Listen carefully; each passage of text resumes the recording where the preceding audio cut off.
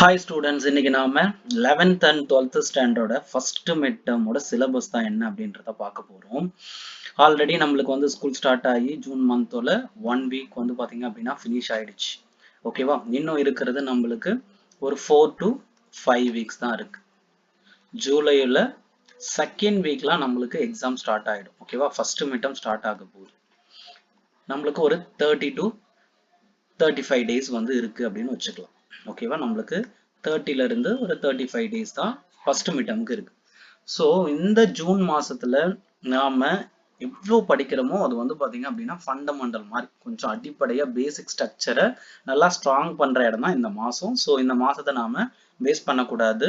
Already 1 week முடிஞ்சிருச்சு. So எக்ஸாமோட சிலபஸ்லாம் என்னன்னு தெரிஞ்சுட்டு நல்லா படிக்க நம்ம ஸ்டார்ட் பண்ண போறோம். தமிழ்ல வந்து பாத்தீங்க அப்படின்னா ஃபர்ஸ்ட் லெசனும் செகண்ட், அதாவது ஃபர்ஸ்ட் யூனிட்டும் செகண்ட் யூனிட்டும் தான் தமிழ்ல படிக்க போறோம். ஸோ ரொம்ப நம்மளுக்கு கம்மியாவே இருக்க போகுது லாங்குவேஜ் பொறுத்த வரைக்கும். இங்கிலீஷ்லயும் அதே மாதிரி ஃபர்ஸ்ட் யூனிட்டும் செகண்ட் யூனிட்டும். மேக்ஸ்ல வந்து பாத்தீங்க அப்படின்னா ஃபர்ஸ்ட் 4 யூனிட்ஸ் இருக்கு. ஓகேவா? இந்த 4 யூனிட்ஸ்ல ஃபர்ஸ்ட் நீங்க 3 யூனிட்ஸ் ஆவது கண்டிப்பா என்ன பண்ணி ஆகணும், கம்ப்ளீட் பண்ணி ஆகணும். ஃபர்ஸ்ட் 3 யூனிட்ஸ் ஆவது நம்ம என்ன பண்ணணும், கம்ப்ளீட் பண்ணணும். அதுக்கு அடுத்து பிசிக்ஸ்ல அதே போல 4 யூனிட்ஸ் இருக்கு. ஸோ 4 யூனிட்ஸ்ல நம்ம அட்லீஸ்ட் கண்டிப்பா 3 யூனிட்ஸ் கம்ப்ளீட் பண்ணியே ஆகணும். ஏன்னா அப்பதான் ஒரு சாப்டர்ல இருந்து வரும்போது நம்மளால விட்டுட்டு எழுதுறது கூட கொஞ்சம் யூஸ்ஃபுல்லா இருக்கும். கெமிஸ்ட்ரி வந்து பாத்தீங்க அப்படின்னா 5 லெசன்ஸ் இருக்கு, அதாவது 5 யூனிட்ஸ் இருக்கு. அதுக்கு அடுத்தது கம்ப்யூட்டர் சயின்ஸ்ல 1 to 6 யூனிட்ஸ் இருக்கு.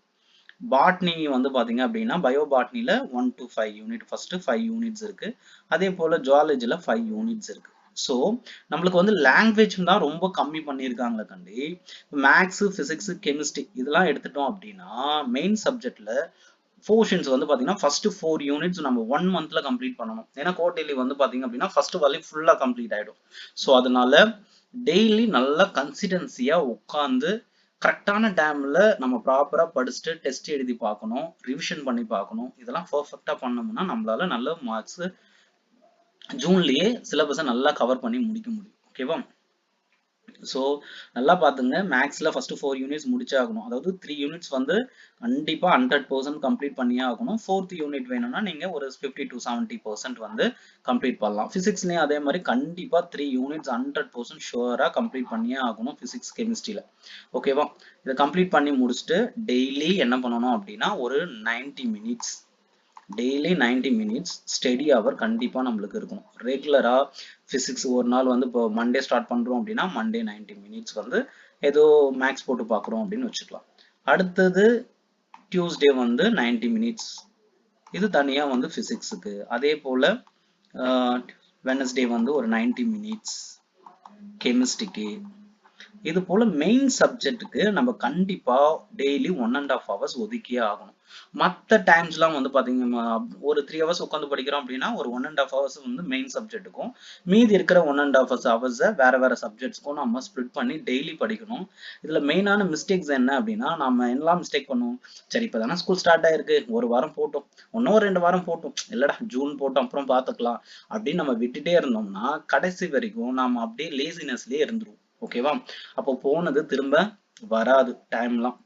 அதனால இப்பவே உட்காந்து ப்ராப்பரா எல்லாத்தையும் என்ன பண்ணுங்க, படிச்சு முடிச்சுறது தான் நம்மளுக்கு நல்லது. ஓகேவா? ஏன்னா நாம பப்ளிக் எக்ஸாம் 12th ஸ்டாண்டர்ட் தான் ரொம்ப இம்பார்ட்டன்ட். அடுத்து நம்ம என்ன பண்ண போறோம், காலேஜஸ் சூஸ் பண்ணணும்ல, கோர்சஸ் சூஸ் பண்றதுக்கு ரொம்ப ரொம்ப ஹெல்ப்ஃபுல்லா இருக்க போறது நம்மளுடைய மார்க்ஸ். அதை இப்பல இருந்தே ஸ்டார்ட் பண்ணுங்க. அதே போல டெய்லி 90 மினிட்ஸ் படிக்கிறீங்க அப்படின்னா அந்த டைமை கண்டினியூஸா படிக்கணும். ஓகேவா? இந்த வீக் படிச்சுட்டு அடுத்த வீக் ஃபுல்லா விட்டுட்டு அதுக்கு அடுத்த வீக் தான் படிப்பேன் அப்படின்னு சொல்லிட்டு இது மாதிரி மிஸ்டேக்ஸ் பண்ணோம்னா நம்மளுக்கு படிச்சது எல்லாமே மறந்து போயிட்டே இருக்கும். அதே போல ஃபர்ஸ்ட் ஒரு 1 வீக் படிக்கிறீங்க அப்படின்னா அந்த 1 வீக் வந்து சாட்டர்டே சண்டே எல்லாம் உட்காந்து ரிவிஷன் பண்ணணும். ரிவிஷன் ரொம்ப ரொம்ப இம்பார்ட்டன்ட். எந்த அளவுக்கு நீ படிக்கிறியோ அந்த அளவுக்கு ரிவிஷன் இருக்கணும். டெய்லி ஒரு 10 மினிட்ஸ், இப்போ ஒரு half an hour படிக்கிறேன்னா ஒரு 10 மினிட்ஸ் பிரேக் கொடுத்து நல்லா ரிவிஷன் எடுத்துக்கணும். ஓகேவா? கண்ணை மூடிட்டு நம்ம என்னெல்லாம் படிச்சிருக்கோம், ஓகே இதெல்லாம் ஞாபகம் இருக்கு, ஓகே இதெல்லாம் மறந்து இருக்கு, திரும்ப இதை ஒரு டைம் நம்ம பார்க்கணும் அப்படின்னு சொல்லிட்டு ரிவைஸ் பண்ணிடணும். டெய்லி படிக்கிறத டெய்லி ரிவைஸ் பண்ணுங்க. அது மட்டும் இல்லாம வீக்லி கண்டிப்பா டெஸ்ட் எழுதி பார்க்கணும். நம்மளால எந்த அளவுக்கு முடியுமோ டெஸ்ட் போட்டு பார்க்கறது நம்மளுடைய மார்க்கை ரொம்ப ரொம்ப ரொம்ப இம்ப்ரூவ் பண்ணும். அதோட டைம் கன்சூம் ரொம்ப கம்மியாகும். நீ எவ்வளோ டெஸ்ட் எழுதி நல்லா ப்ராக்டிஸ் பண்றியோ அது என்ன பண்ணும் அப்படின்னா நம்மளுடைய டைமை கம்மி பண்ணி கொடுக்கும். இப்போ ஃபர்ஸ்ட் டே வந்து நீ டெஸ்ட் எழுதுறதுக்கு ஒரு கொஷனுக்கு 20 மினிட்ஸ் எடுத்துக்கிறோன்னு வச்சுப்போம்.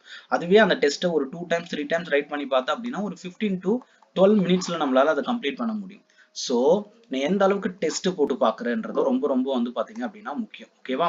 நாம டெஸ்ட்டும் கிளியரா அதாவது ஸ்டடியும் கரெக்டா இருக்கணும். அந்த ஸ்டடி வந்து எப்படி இருக்கணும்? கண்டினியூஸா இருக்கணும். ஓகேவா? அப்புறம் ரிவைஸ் பண்ணி பார்க்கணும். நெக்ஸ்ட் வந்து பாத்தீங்க அப்படின்னா டெஸ்ட் எழுதி பார்க்கணும். இந்த மூணையும் நீங்க ப்ராப்பரா கிளியரா பண்ணிட்டே வந்தீங்க அப்படின்னா கண்டிப்பா இந்த எக்ஸாம்ஸ்ல நீங்க குட் மார்க்ஸ் வந்து எடுக்க முடியும். All the best every one. சிலபஸை நோட் பண்ணி வச்சுங்க. ஓகேவா?